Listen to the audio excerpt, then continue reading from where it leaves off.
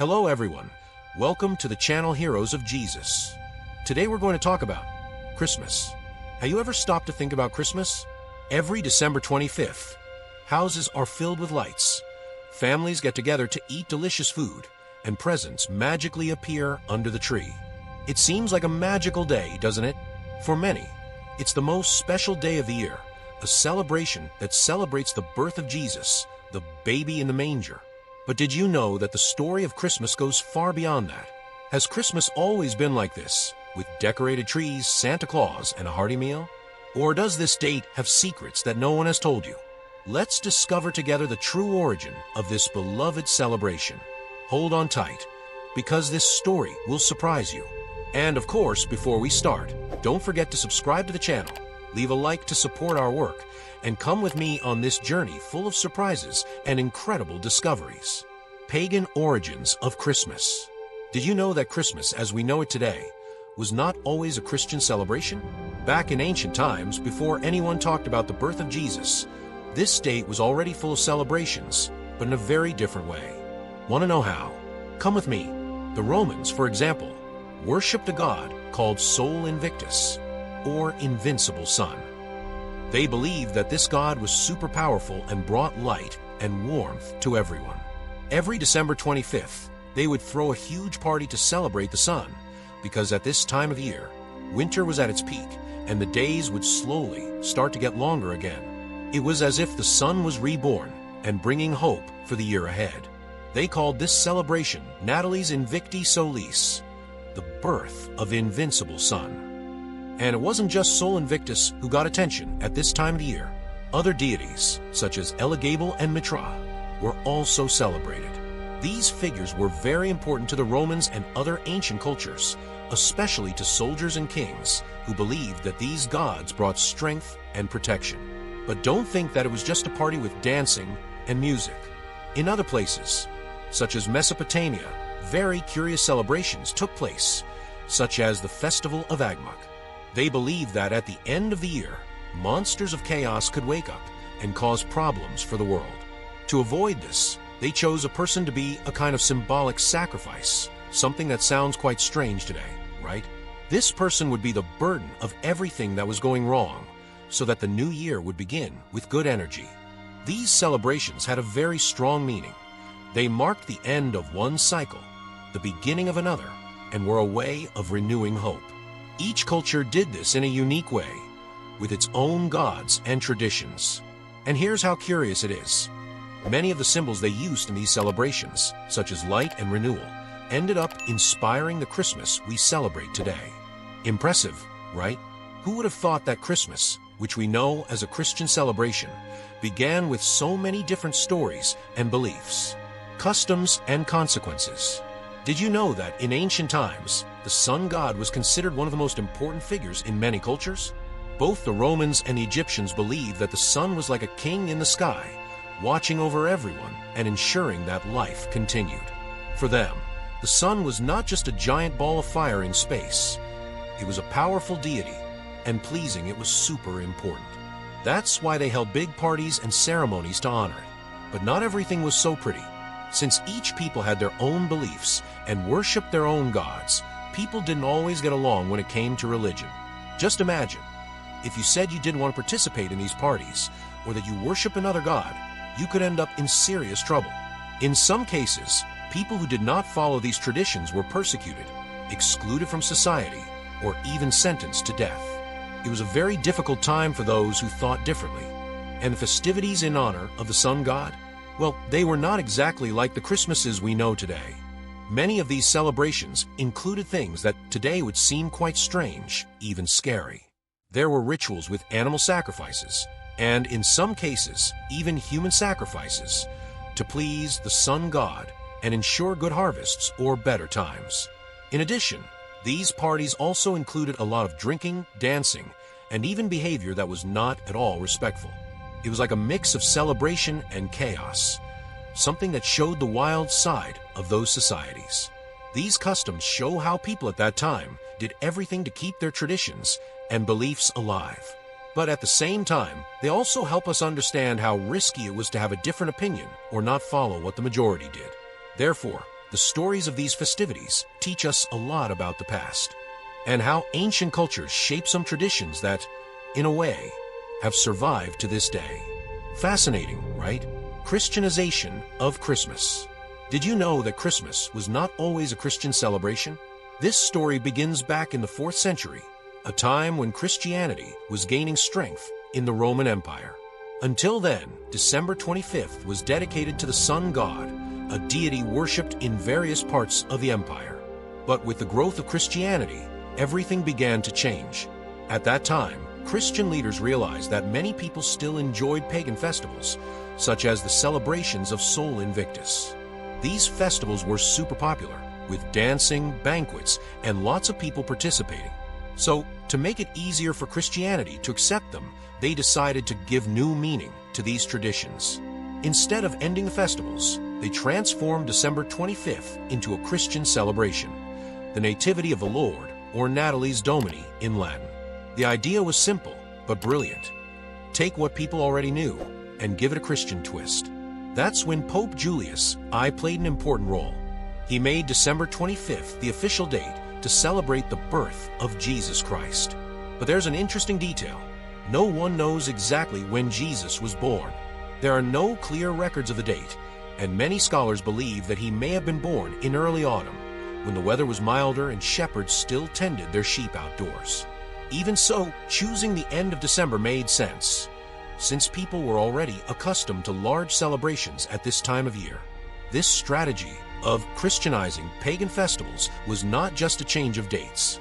It was a clever way to bring people together, respecting some traditions while introducing new beliefs and symbols.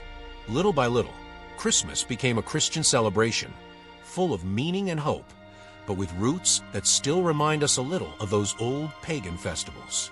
It's curious to think that something so familiar to us today, like Christmas, has such a rich and twisted history, right? This mix of cultures and meanings is what makes this date so special and full of fascinating details.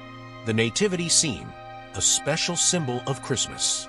Have you ever seen that cute scene with Mary, Joseph, baby Jesus in the manger, and even some little sheep? That's the nativity scene, one of the best-known symbols of Christmas. But did you know that it hasn't always existed? The idea of the nativity scene only appeared in the 18th century, and since then, it has gained a special place in Christmas celebrations. Let's find out how this happened. It all started when someone had the idea of creating a representation of the moment Jesus was born, back in Bethlehem. The nativity scene is like a photograph of that special night, only made with little dolls or figures. The main characters are Mary, Jesus' mother, and Joseph, his earthly father. And of course, baby Jesus is at the center of it all, lying in a manger, which was a type of animal feeder. After all, he was born in a simple stable, surrounded by cows, sheep, and other little animals. In addition, the nativity scene also includes the 3 wise men who followed a bright star in the sky to the place where Jesus was born. And we can't forget the angel who announced the great news: the Savior is born. These details make the nativity scene full of meaning, as if it told the whole story of Jesus' birth in a way that anyone, even children, could understand. Over time, churches began to use the nativity scene in their Christmas celebrations. It was set up on the altar or in a special corner, so that everyone could see it and remember the true reason for the celebration. But it didn't stop there. Families also liked the idea so much that they began to set up their own nativity scenes at home as part of their Christmas decorations. Some are simple, made of wood or ceramic, while others are very elaborate, with lights, music, and even movement. Today, the nativity scene is more than just an ornament. It is a way for us to connect with the story of Christmas. It reminds us that, even in a simple place, something incredible can happen. Have you ever set up or seen a really beautiful nativity scene? How about paying attention to the details next time? I bet you will be even more enchanted by this tradition. Santa Claus, the kind old man of Christmas. Who doesn't know Santa Claus? That old man with a white beard, red clothes, and a sack full of gifts who appears at Christmas to make everyone happy. But did you know that he has a much older history than it seems? Let's find out together where this beloved figure came from. It all started many, many years ago with a man named Saint Nicholas. He was a bishop who lived in Turkey and had a huge heart. Nicholas was known for helping people who needed help, especially the poorest. He did it in a very special way. He would leave coins near chimneys or in stockings that people hung out to dry. This would happen at night, without anyone seeing, because he wanted to do good without expecting anything in return. As time went by, stories about St. Nicholas began to spread. People were so impressed by his kindness that he became a kind of hero. After his death, he was remembered as a symbol of generosity, especially during Christmas, a time that celebrates love and solidarity. Now you must be wondering, but what about Santa Claus with his red outfit and sleigh full of gifts? How did that happen? Well, the image we know today was created over the centuries. In countries like Germany and the Netherlands, stories about St. Nicholas gained new details, but was only much later with advertising campaigns that Santa Claus gained the look we know. The red coat, the long white beard, and the smile that melts hearts. Oh, and we can't forget the sleigh pulled by magical reindeer. This part was added to make the story even more enchanting. Just imagine a kind old man who travels around the world on Christmas Eve, delivering presents to children who have behaved well throughout the year. Isn't that amazing? Today, Santa Claus is much more than a symbol of Christmas. He represents generosity, affection, and the joy of making someone happy. And do you want to know the best part? You don't have to wait for Santa Claus to spread kindness. Anyone can be like St. Nicholas, helping others, sharing what they have, and bringing joy to those in need. So, how about being a Santa Claus in someone's life this year? Christmas in today's culture, much more than just a party. Christmas today is such an incredible date that it seems like the whole world changes at this time of year. The streets are lit up, the store windows shine with beautiful decorations, and it seems like everyone is a little more cheerful. But did you know that, in addition to being a celebration full of religious and family meaning, Christmas has also become one of the most important dates for commerce? Yes, and there's a story behind it. First, think about how many things people buy at this time of year. Gifts, decorations, new clothes, special foods for dinner. It seems like everything revolves around preparing the perfect Christmas. This makes Christmas one of the most profitable times of year for retailers. Stores and brands take advantage of this date to create advertising campaigns and offer products that everyone loves, such as toys, perfumes, electronics, and even panettone. Even Santa Claus appears in these campaigns to help with sales. But it's not just about selling things. Christmas also brings with it remnants of ancient pagan traditions that, in some way, are still present. For example, the bright lights we use to decorate our homes and Christmas trees are reminiscent of ancient celebrations of the sun god, which symbolize light and renewal in the midst of the dark winter.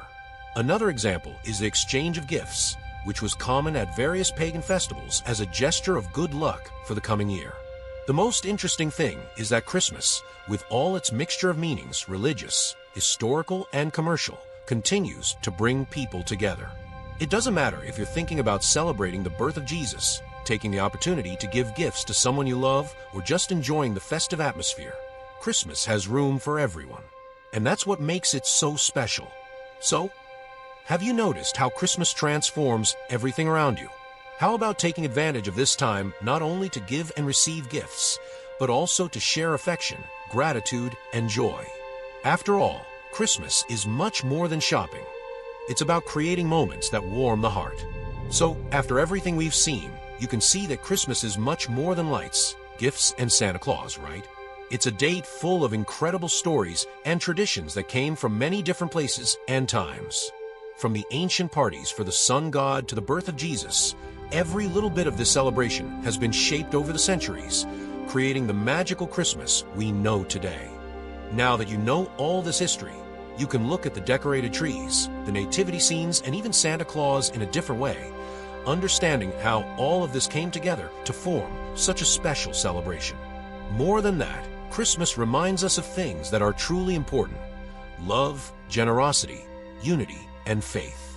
And speaking of unity, how about we continue this conversation? If you enjoyed learning more about Christmas, don't forget to like this video, subscribe to the channel, and activate the bell so you don't miss more incredible content like this. That way, You help me to continue bringing you more fascinating stories. Finally, I want to wish you a Christmas full of peace, joy, and unforgettable moments with the people you love. And may God bless you and your family, bringing much light and happiness. In the name of Jesus. Merry Christmas, and until next time.